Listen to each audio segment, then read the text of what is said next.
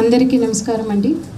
మీ అందరికీ కూడా తెలుసు mega DSC 2025 largest teacher recruitment process.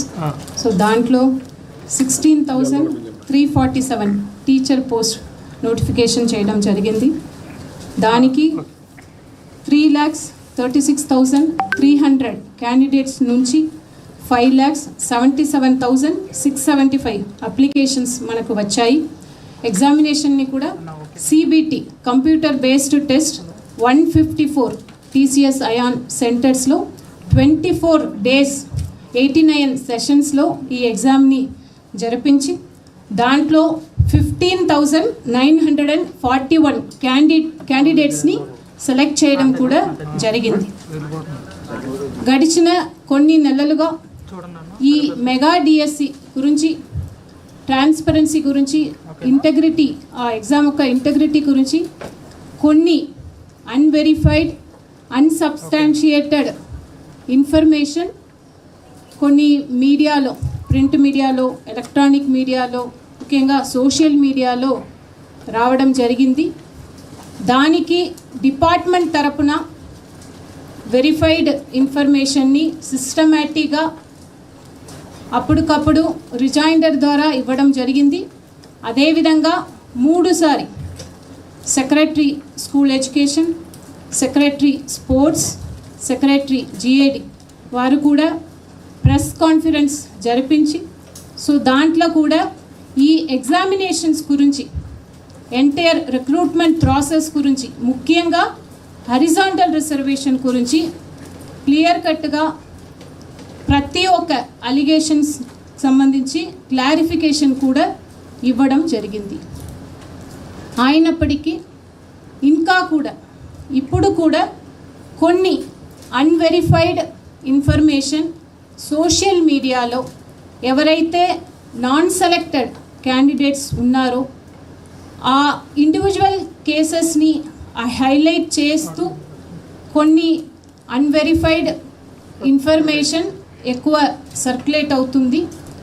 So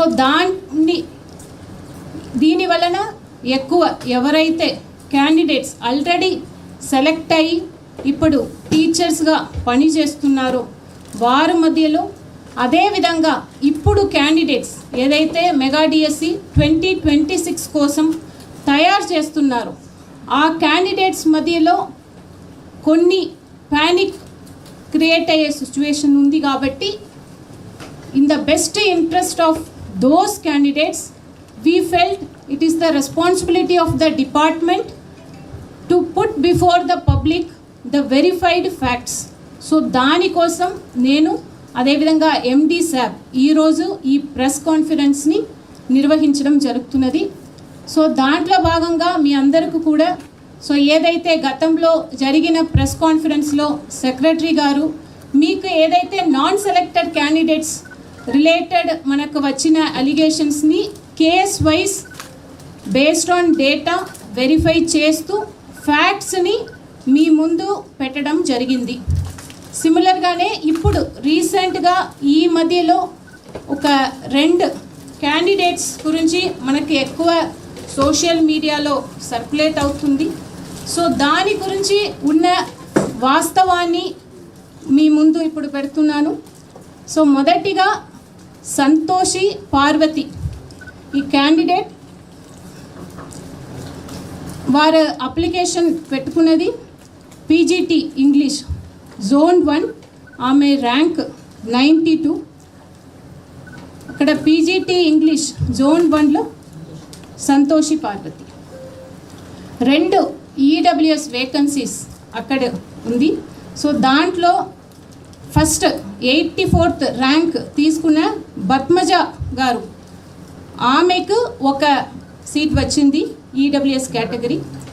రెండోది అక్కడ మణివేల్తి అని ఈడబ్ల్యూఎస్ కేటగిరీయే, but person with bench mark disabilities, వారికి 2nd వేకెన్సీ వారి ద్వారా ఫిల్ చేయడం జరిగింది.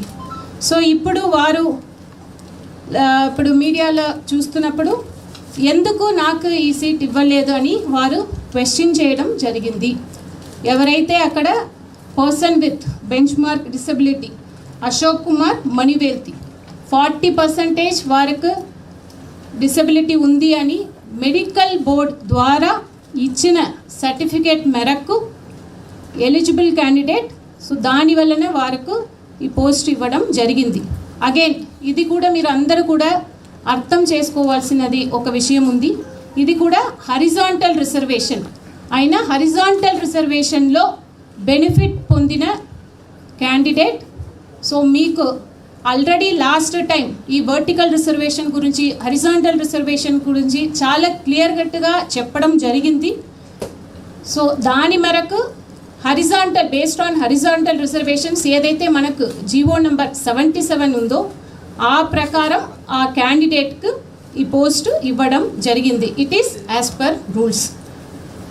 రెండో క్యాండిడేట్ ఈరోజు మనకు వచ్చింది భాస్కర్ రెడ్డి. సో ఈయన వారి district Kadapa, merit rank 68, school assistant English post. అక్కడ కడపలో 8 పోస్ట్ స్కూల్ అసిస్టెంట్ ఇంగ్లీష్ ఉన్నప్పటికీ యాజ్ పర్ మనము హరిజాంటల్ రిజర్వేషన్స్ ఎట్లా యాజ్ పర్ రూల్స్ ఫాలో చేస్తాము, ఉన్న 8 వేకెన్సీస్లో ముందు మెరిట్ ప్రకారం వేకెన్సీస్ని ఫిల్ చేస్తాము. తరువాత ఆ కేటగిరీలో ఎవరైతే ఉన్నారో బేస్డ్ ఆన్ హరిజాంటల్ రిజర్వేషన్స్ ఆ క్యాండిడేట్ని ఆ కేటగిరీలో ఈడబ్ల్యూఎస్ కేటగిరీలో ఉన్న లాస్ట్ క్యాండిడేట్ని రీప్లేస్ చేస్తూ ఈ పర్సన్ని అకామిడేట్ చేయడం జరిగింది. ఎవరైతే గొనికుంట్ల సుభాషిని, ఆమె rank 661, EWS, person with bench mark disability. This is again horizontal reservation. So దాని ప్రకారం యాజ్ పర్ రూల్స్ లాస్ట్ క్యాండిడేట్ని ఆ ఈడబ్ల్యూఎస్ కేటగిరీలో ఉన్న లాస్ట్ మెరిట్ క్యాండిడేట్ని రీప్లేస్ చేస్తూ సుభాషిని గారికి ఆ పోస్ట్ ఇవ్వడం జరిగింది. This is also as per rules, as per GO number 37 ఏదైతే మనకు హరిజాంటల్ రిజర్వేషన్కి ఇచ్చిన జీవో ఉందో దాని ప్రకారం చేసినది. సో ఇట్లా చూస్తే మీకు లాస్ట్ టైం ఈ కేసు నెక్స్ట్ ఏగామరం కేసు కూడా లాస్ట్ టైం సెక్రటరీ గారు మీ అందరికీ కూడా చెప్పడం జరిగింది. ఇలా ప్రతి ఒక్క క్యాండిడేట్ ఎక్కడైనా మనకు మీడియాలో ఇలాంటి వారు చెప్పినప్పుడు కూడా we're not taking it as just allegations. We're considering that వారు చెప్తున్నదిలో ఏదైనా వాస్తవాలు ఉందా లేదా అని డీటెయిల్గా బేస్డ్ ఆన్ ఫ్యాక్ట్స్ మనకు అన్ని డేటా కూడా మనకు సిస్టంలో ఉంది. అనలైజ్ చేస్తూ ప్రతి ఒక్క క్యాండిడేట్ కూడా ఇలాంటి అనాలిసిస్ చేసి డిపార్ట్మెంట్ దగ్గర మనకు డేటా ఉంది. ఈ 2 క్యాండిడేట్స్ ఇప్పుడు కొత్తగా మనకు మీడియాలో వస్తుంది కాబట్టి we felt it is our responsibility. ఈ క్యాండిడేట్స్ కూడా మనము క్లారిటీ అందరికి కూడా ఇవ్వాలి అనే ఉద్దేశంతో ఇక్కడ చెప్తున్నాము. ఈ సందర్భంలో ఇంకా కొన్ని విషయాలపైన పదే మనకు మిస్లీడింగ్ ఇన్ఫర్మేషన్స్ వస్తున్నాయి. So it is our responsibility. మీకు మరొకసారి ఏదైతే మనము మెగా డిఎస్సి 2025లో మనం ఫాలో చేసిన ప్రొసీజర్ గురించి in the best interest of the candidates మీ ముందు అది కూడా ఇప్పుడు ఒక్కసారి చాలా బ్రీఫ్గా చెప్తున్నాము. నెక్స్ట్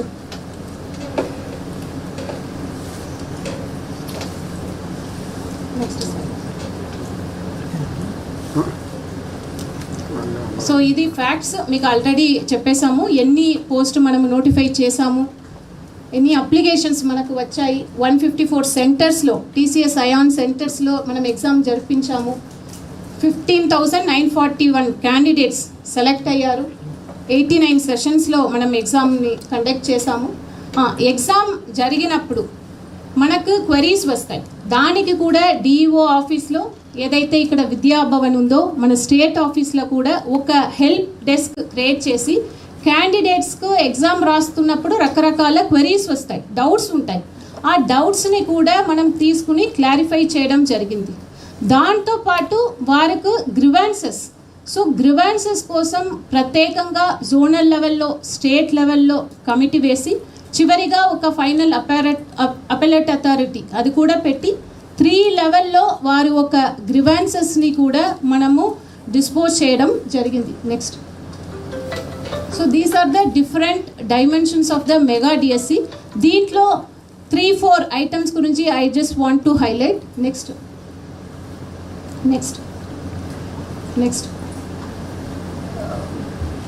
సో మనకు అప్లికేషన్స్ వచ్చినది 3,36,300 క్యాండిడేట్స్ నుంచి దాదాపు మీకు 5,77,675 అప్లికేషన్స్ మనకు వచ్చాయి. సో ఈ అప్లికేషన్స్ కూడా మనం ఎలా రిసీవ్ చేసామంటే వెబ్ బేస్డ్ ఆన్లైన్ అప్లికేషన్స్ ఉంది, దాని నుంచి మనము రిసీవ్ చేసాము. Next question paper settings. So దీని గురించి ఆల్రెడీ మీకు చెప్పి ఉన్నాము. At the cost of reputation మరొకసారి చెప్తున్నాము. మనకు 13 సబ్జెక్ట్స్ ఉన్నాయి, 89 సెషన్స్. సో ఒక్క సబ్జెక్ట్ కూడా 3,000 on an average 3,000 questions, total 42,000 questions తయారు చేసాం. క్వశ్చన్ బ్యాంక్ తయారు చేసాం. ఇది ఎవరు తయారు చేస్తారు? టీచర్స్. ఆ టీచర్స్ని కూడా మనం ఎలా సెలెక్ట్ చేస్తాము ఎవరికి తెలియదు. It is a confidential process. Teachers ఎవరైతే బెస్ట్ టీచర్, మంచి ట్రాక్ రికార్డ్ ఉన్నవారు, స్టేట్ అవార్డీస్, అలాంటి టీచర్స్ని, బెస్ట్ టీచర్స్ని గుర్తించి వారిని క్వశ్చన్ పేపర్ సెట్ చేయడానికి మనము ఇన్వాల్వ్ చేస్తాము. ఇప్పుడు మీరు అడగవచ్చు, ఏదైనా ఒక్క టీచరే ఒక ఎంటైర్ క్వశ్చన్ పేపర్ని సెట్ చేస్తారా అంటే అస్సలు కాదు. డిఫరెంట్ మల్టిపుల్ సబ్జెక్ట్ ఎక్స్పర్ట్స్ ఉంటారు. వారు బిట్ అండ్ పీసెస్లో క్వశ్చన్స్ తయారు చేసి ఇస్తారు.